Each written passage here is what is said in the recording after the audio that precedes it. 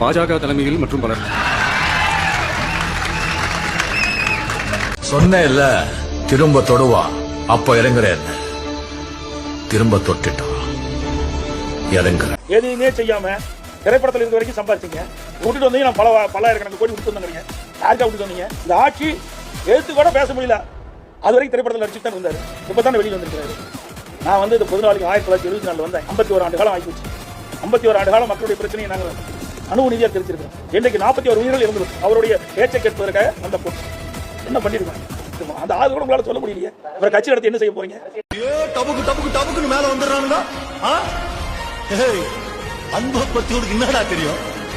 30 வருஷமா அரசியல்ல இருந்தவன்டா அவன்.